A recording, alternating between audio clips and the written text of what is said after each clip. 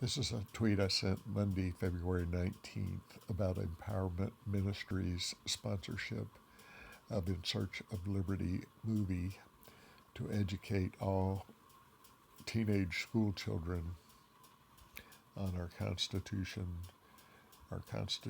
Week. And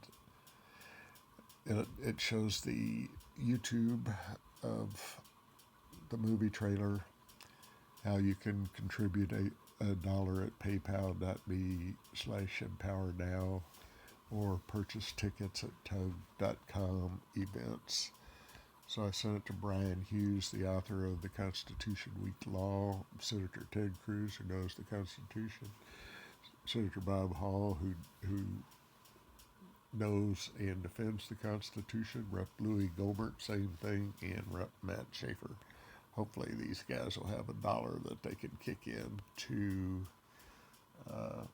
support educating our public school children that aren't being educated on the Constitution. And then I attached two photos. Here's In Search of Liberty with the Tuesday, March 20th, 6:30 to 8:15 p.m. and also Stanley's email to his friends and family.